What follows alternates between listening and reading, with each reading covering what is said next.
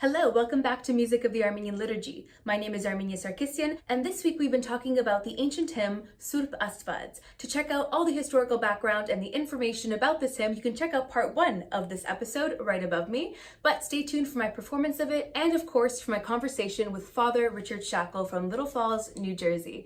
We talked a little bit about this hymn, but mostly about what it's like to be Armenian in the diaspora, faith in general, and of course the power of music in the liturgy. So stay tuned for all of that. Thanks so much for tuning in, and I hope you enjoy. Sourp Asdvadz, Sourp Asdvadz,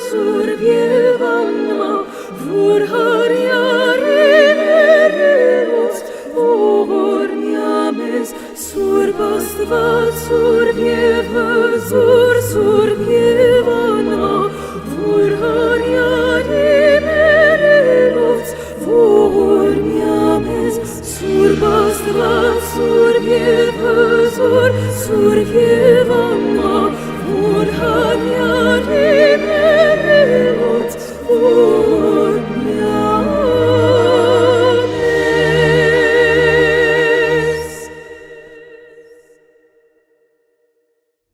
Hello, welcome to Music of the Armenian Liturgy. Today we have a special treat. I'm joined by Father Richard, and I am in Little Falls, New Jersey at the Sacred Hearts Chapel. It's a much more intimate setting than the beautiful church upstairs, and it's really where I wanted to shoot this one today because it speaks to the humble nature of the priest that we are with. Today we're going to be discussing the hymn Sourp Asdvadz. So Father Richard, can you tell us a little bit about the text for this beautiful hymn? It's believed that it's one of the oldest hymns that the Catholic Church has, that it may go back as far as to the time of the apostles. I also read that it's believed through tradition that prayer, Holy God, Holy Mighty One, Holy the Mortal One, have mercy on us, was recited by Nicodemus when he was taking Jesus from the cross. There's sort of like a debate. Is it addressed to just Jesus? Holy God, Holy and Mighty One, Holy the Mortal One, have mercy on us. Or is it addressed to the entire Trinity? Right. I believe, if I read correctly, that the Armenian Church, both Apostolic and Catholic, although there's some wrestling going on, the Armenian Apostolic and the Armenian Catholic Church hold the tradition that that song is sung to Jesus, whereas the Western Church has the idea that it's sung to the Trinity. But regardless, it's an ancient song and it's a beautiful song. It speaks to God's holiness. And that's we sing it before the gospel procession. Yeah, right. Usually it's done before the gospel procession. And it's sung 3 times. And just, the singing in general, I want you to speak about singing within the Mass, within the liturgy. There are many different ways to tell people that you love them, but one of the most beautiful ways is through song. And that's why if you listen, even if you turn on the radio, most of the songs are love songs, because to tell someone you love them, to speak about love, you're going to a higher level, almost to a poetry. And that's why we have song within the liturgy. When the Old Testament mentions song 309 times. I think the New Testament mentions song, well, maybe I'm going to guess 29 times. You can Google it. It's there. It's very much part of Scripture. It's there. There's always been singing when praising God. And in fact, when the first time song is mentioned in the Bible is when Israel, the people of Israel, escape from Egypt, and they're escaping Pharaoh, and they go through the Red Sea. And when they go through the Red Sea, and they make it to the other side, and Pharaoh's troops are washed over in the ocean, the people of Israel have gained freedom, and it says they broke out in song, which is known as Moses' song. That's the first time that song is mentioned in the Bible, when people gain their freedom. Hebrew people, the people of Israel, gained their freedom from the Pharaoh of Egypt, but all humanity gained their freedom from slavery, the slavery of sin, through Jesus' sacrifice. When Jesus is sacrificed on the altar, we're breaking out in song, like the people of ancient Israel, with joy. I especially like, the Armenian music is beautiful music. You can have two kinds of music, right? I'm looking at the audience over here, so if you see me turning this way, there's a little audience. There's a little gallery. Yeah, so you can categorize music in two ways. There's a type of music that lifts your mind, lifts your spirit, and there's the type of music that makes your body move. You know, you sway your hips, you clap your hands, you move your body. One type of music is appealing to the physical, to the sensual, right? Which is carnal, which is fine. You know, it's the Lord made us that way. The body is good, and all that is good. But there's the other type of music where your spirit is sort of like lifted up to another level. So rather than going down here to the basic, to the primordial, to you know, like you said, to the carnal, you're going to a different place. And I always admired the Armenian music because I always felt that, you know, brings me, and I'm sure it brings a lot of other people to that other level. That's cool. I've never thought of it as like a focused music, one that brings you to a higher place of silence and self-reflection, and the other one is a simple reaction bodily. Right. One is down here, right, in the physical. You're not thinking about much. And the other is the spiritual. Yeah. You know, the other is up there in the spiritual. And the Armenian music has always, you know, I've always found it to be very, very spiritual hymns. You can go to other churches, like you go to Western churches, Latin churches, nothing, you know, I'm not criticizing. But, you know, you'll see people clapping and swaying and okay, you know, it's good, it's nice. Yeah. But it's not bringing you here, you know, for me anyway, it's not bringing me here, it's bringing me here, you know, with the body, with the self. And I don't speak Armenian because although I'm an Armenian Catholic and I come from generations and generations of Armenian Catholics, and we lost the language, but we kept the faith, you know, we're still part of the Armenian Catholic Church.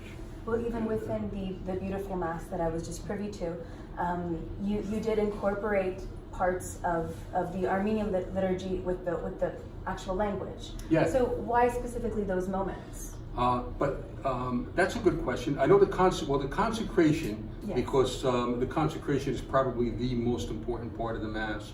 So the consecration was in Armenian. Pay attention, right? Pay attention. That's in the Armenian. And then when we raise the hope, we raise the host. The holy gifts are due to the saints. We have that in Armenian. That's a tradition that we've developed here in New Jersey. We have some Armenian families, some Armenian families who belong to the Armenian Church in New York. When the New York church closed, they came here. When I say Armenian families, I mean Armenian-speaking families. And we had a 12:15 Mass, a Mass at 12:15 that's said in Armenian. Most of us go to the 10 o'clock Mass. Because we don't speak the Armenian language, it's, you know, it's hard to pray in a language you don't understand.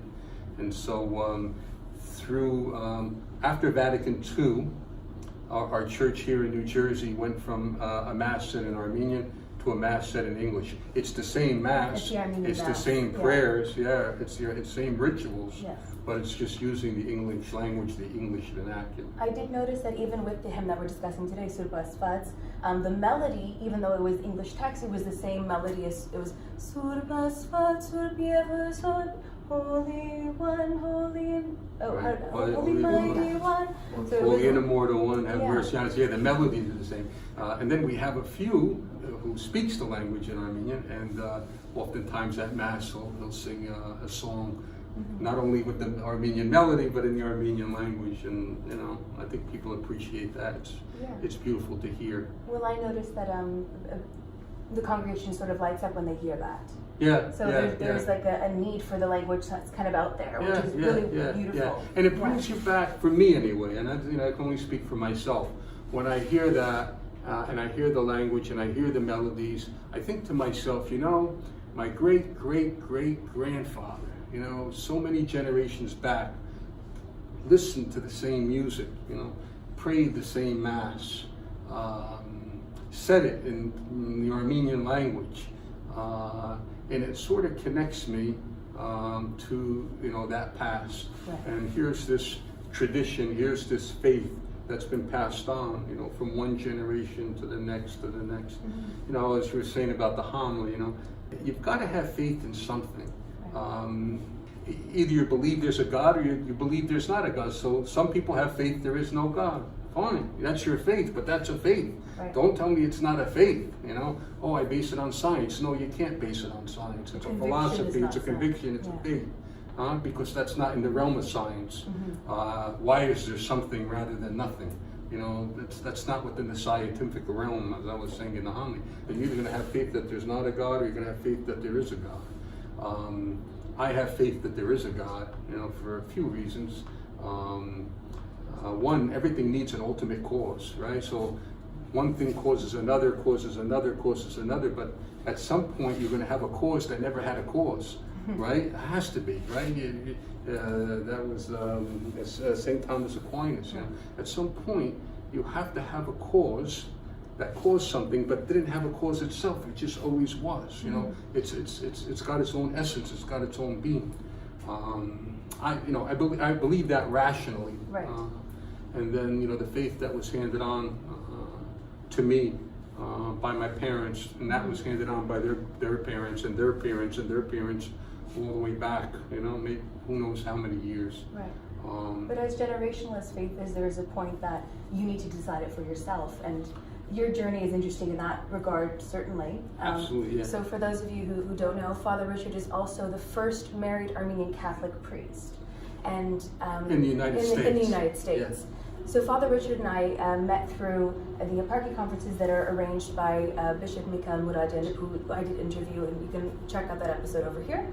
And throughout all of those conferences that were organized over the summer, you would give beautiful homilies, and so many of us throughout the different North America congregations were able to hear them.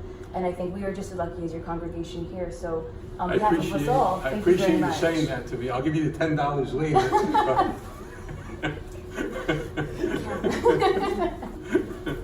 Well, thank you very much for your time, Father. Thank you for having me. It's been a pleasure, and God bless your work. Thank you. God bless you.